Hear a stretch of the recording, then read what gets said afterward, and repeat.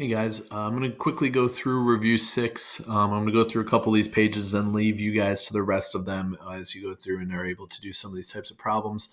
But looking at binomial distribution, so this is kind of what your one question is for the week.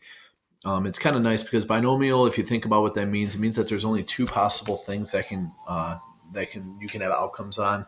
So, for example, if you're taking a multiple choice test in a different language, so say you don't understand the language, so you're basically guessing on all the questions. If there are 20 questions and each question has 4 possible answers, what's the probability that you get all 20 correct? So if you think of the two different possible possible outcomes, one would be that you get the question correct. The other one would be that you get a question incorrect.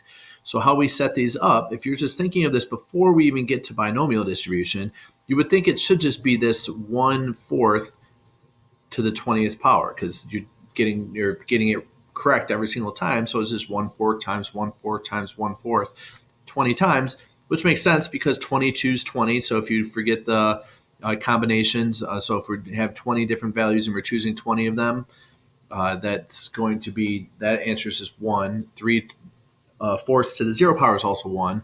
So this is just 1 times 1 times 1/4 to the 20, which is actually 9.04 times 10 to the negative 13th.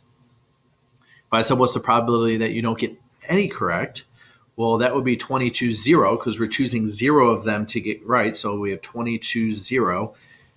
And then it's going to be 1/4 to the 0 power because the probability that we got 1/4, each question is 1/4. So we want 0 of those, but we want 20 of the 3/4 because we got each one incorrect. So that would be 0.00317. If I said, what's the probability that you get 1 correct? Well, that would be 20 choose 1. So this right here is 20 choose 1, okay, which is equal to 20.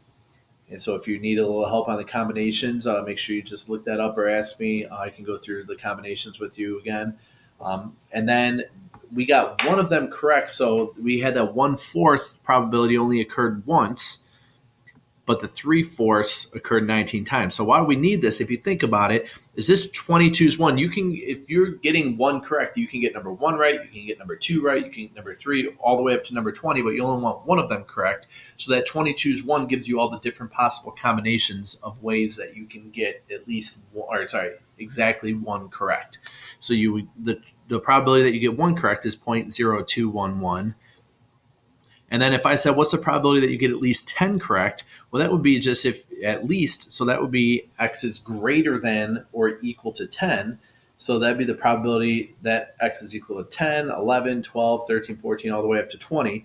Or remember, we can think about it the other way. If I said, what's another way that I can find the probability that we get at least 10 correct? Well, that would also be the probability that we get not anywhere less than 10 correct. And if you subtract that from 1, that'll give you that same probability as well. So if you think about it, if there's the probability that you get 1 correct is the same thing as the probability that you get 19 incorrect. So it just kind of works on that backwards. And so some characteristics of a binomial distribution. So discrete data, we think of finite values of trials. It's the same thing as fixed values of trials. So the discrete data, we don't really look at time. It's not continuous. We know that there's a fixed value number of trials, and it's decided upon before this experiment begins. So we know how many that we're using. There's clearly defined success and failure, so there's no other outcome. We know that there's only 2 possible things. You either succeed in what you're trying or you fail in what you're trying. And so one's one side, one's another, and each of them has their own probability of success and probability of failure, and that remains the same. So if you're taking like a card out of a deck of cards, if we're going to do the trial again, you have to put that card back in. It's with replacement.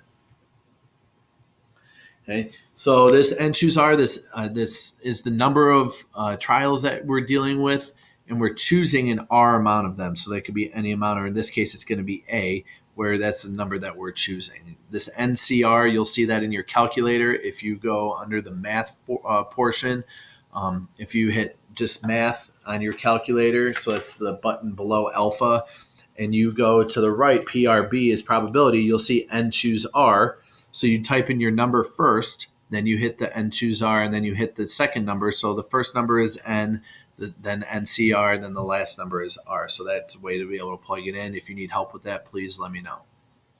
But if we're given X is a binomial from where N is the number of trials and P is the probability of success, then the probability that X is equal to A will always be N choose A. So the number of trials choose the amount of successes that we want, times the probability that you get a success to the A power, times 1 minus the probability that you get a success, so that's the probability of a failure, to the N minus A power. So that's the amount of times that we have a failure. So that will always give you the probability of that number of certain values that you want given a certain specific number of trials. So I think here's a pretty easy example.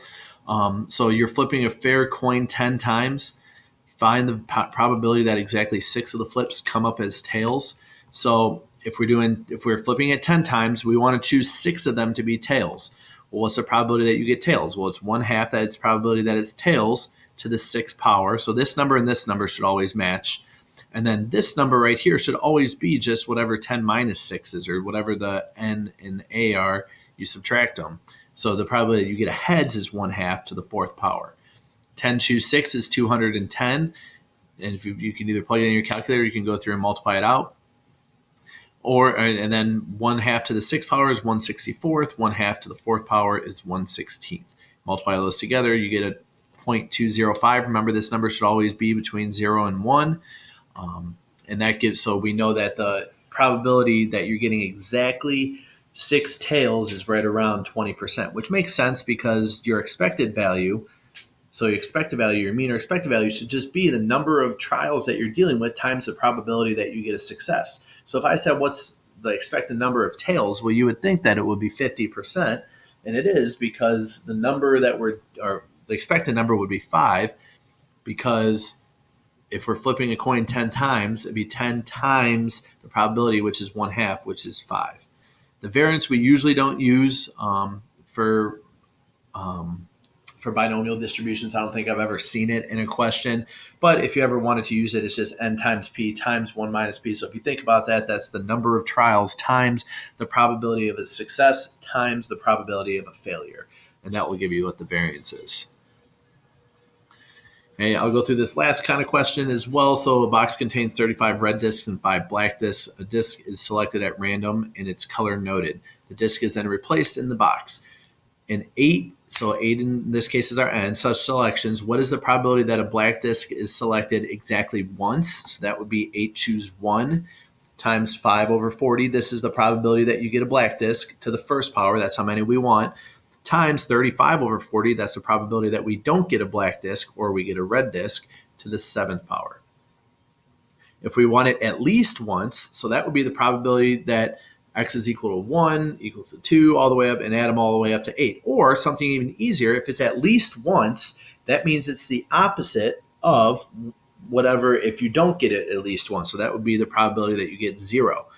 Well, if you take 1 minus the probability of 0, that's equal to the probability of 1 plus the probability of 2, all the way up to the probability of 8. Because if you think about it, the probability of 0, and you add it all the way up to the probability of 8, it should equal 1. So if you subtract that away, that should give you the same value. So this is equal to 1 minus 8 choose 0 times 5 over 40 to the 0 power times 35 over 40 to the 8th power. So if you need a little bit of help with that, it's more of a continuous. We look at that as a CDF, a continuous distributive function. So it's still discrete, but we look at it. We say if you look on like a calculator, that would be a binomial CDF question. This would be a binomial PDF question. And so I like to think about it as one specific point. Here I think about it as it's continuous from 1 to 8. The process of selecting and replacing is carried out 400 times. What's the expected number of black discs that will be drawn? Well, the number that's being carried out is 400. The probability that I pick out a black disc is 5 over 40. So if you multiply these two together, you would think that you would get 50 would be the expected number of black discs that you would draw, which makes sense because of the probability of being able to draw. That would just be 1/8. 5 over 40 is 1/8. So 400 times 1/8 is equal to 50.